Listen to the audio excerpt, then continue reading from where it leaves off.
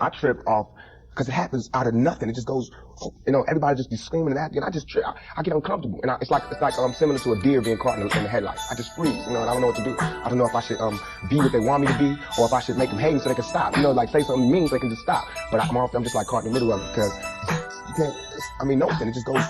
Everybody just be screaming and acting. I just trip. I get uncomfortable, and it's like similar to a deer being caught in the headlights. I just freeze, and I don't know what to do. I don't know if I should be what they want me to be, or if I should make them hate me so they can stop. Like say something mean so they can just stop. But I'm just like caught in the middle of it because you can't. No one can do that. Police can't do that. They can't stand in front of all those people controlling with a gun and mace and all that. So me with just words, it's like a battle to find the right words to say at the right time.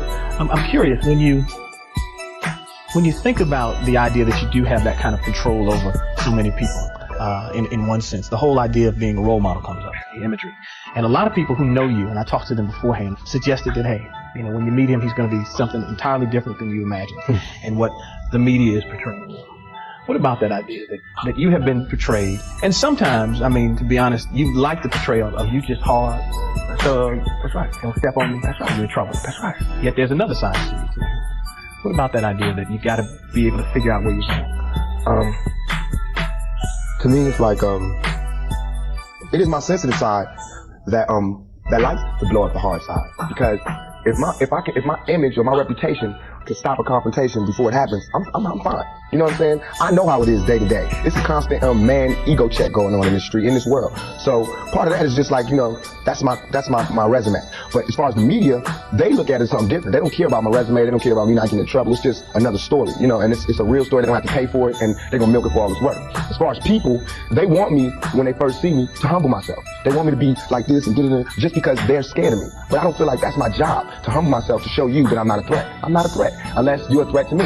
You know what I'm saying? So when people say, when you meet Pac, he's different than he is, because when somebody one-on-one, anybody one-on-one, I believe, honestly, that I can talk. I believe that I have the ability to reason, I have logic, I have compassion, I have understanding. If we talk, there's no problem. You know what I'm saying? But that's not what happens. People use what they heard in the media, and that's how they come at me. And then, we got to clash. One of the things that you read in the media is that you're angry, that you personify your generation, that you just got these angry folks out there, and you're one of them. I'll put it to you. Are you angry? Are you angry with what you see society as well? Yeah. I'm extremely angry, confused.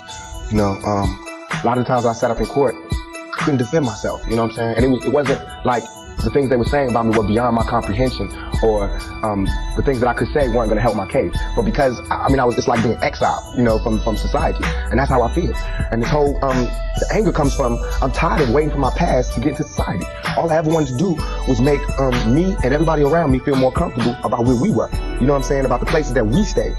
This is our home base. Let's build it up. Let's be happy about where we come from. You know what I'm saying? Instead of trying to assimilate and be about where we come from. You know what I'm saying? Instead of trying to assimilate and get a pass key to where they at. You know what I'm saying? Not to say that everything needs to be separate, but we gotta find pride in ourselves. You know what I'm saying? And once you get the pride, like damn near 2 seconds after the pride comes anger from being held like that for so long, and to be made to go through those changes, you get mad. You know what I'm saying? As soon as any black man receives his first 3 checks, he starts getting mad. Because it's not about the necessity of having to have a job and having to pay and having to do that. You don't care no more about the smiles and the, yes, master, because you done got paid. You know what I'm saying? And now it's like you want to save money. You want to help other people. And you see how far it is, how far you have to go to help anybody in your neighborhood. It's set up for me when I get paid, for me to exit the ghetto. You know what I'm saying? The only reason I've had these problems is because I haven't left yet. And these problems don't come from a white man. It comes from just society, the problems that we have. Let me put this to you. A lot of people tell me Tupac is, for the most part, a nice guy. This little thug thing, hype. Good for record sales. Helps him identify with the young people who are out there and angry, who would maybe label him a sellout, like they did Hammer if he didn't have that hard time. First of all, nobody can call me a sellout. I'm not going for that. I'm not even in that. I'm not looking for approval from the black community, because we don't give approval. We don't really do nothing but exist. So it's not like black people can tell me you a sellout or you true blue. You know what I'm saying? It's not that. I'm not even caught up in that. But I can see that, you know what I'm saying, the one thing we do have in common as black people is we share that poverty. So the thug side is more closer to the poverty than me being rich. How can I come to any community center, you know what I'm saying, sporting a Rolex Presidential, all these diamonds, and be like, look, we, you know what I'm saying, gotta. But now, when I say we, they know what I mean. I'm not saying like I live in this neighborhood, but I'm a thug, and they thugs. They can relate, so I don't even have to say that, you know what I'm saying? When I come out, I have to say I'm real. They already know that, you know what I'm saying? For me being me, from not pushing the thugness, but I know from the business that everybody in this business is always whispering in your ear about what you can't say, what you can't do, what you can't wear in this world and in this world. It's 2 worlds, a white world and a black world. All I did was stand in the middle, you know what I'm saying, and say I'm living in both worlds. I can go to the streets and survive, and I can go out here and do my business out here. I'm play devil's advocate again. Critics say, yeah, but you're being pimped. You're being pimped by the record executives who will allow you to do your thug life because it portrays a certain black. I mean, you've heard it. Yeah. That if you were just a singer, said it before, you wouldn't have the same hoes. contract. It don't concern me, don't give me no because dough. you My portray heart the is thug so life, cold. the gangster Also life. my They've fault. My allowed name's you to in your make mouth that and my money. dick's They've in your allowed throat. you to push and make you platinum. I beg to differ. You know what I'm saying? I'm getting pimped. That's true. But it's like how a woman would be. You know what I'm saying? Anybody would be pimped. You know, it's like, it's not that you get pimped. It's how long you get pimped. You know what I'm saying? Because if you really look at the situation, it is not I who's being pimped. When you look at the white kids with Raiders hats on, the white folks getting pimped. You know what I'm saying? Because I'm making their future. I'm writing down their curriculum. Right now, what I write in my album today, when it comes out in 2 months, that's what white kids is doing. So who really is getting pimped? What I'm writing in my raps is what the white kids is gonna be saying to their mamas and daddies when they come home. Who is getting pimped? You know what I'm saying? I'm a high school dropout. You know what I'm saying? As far as my teacher told me when I was in high school, I ain't gonna be, you know what I'm saying? I just gotta, it's going down. You know what I'm saying? It's going down.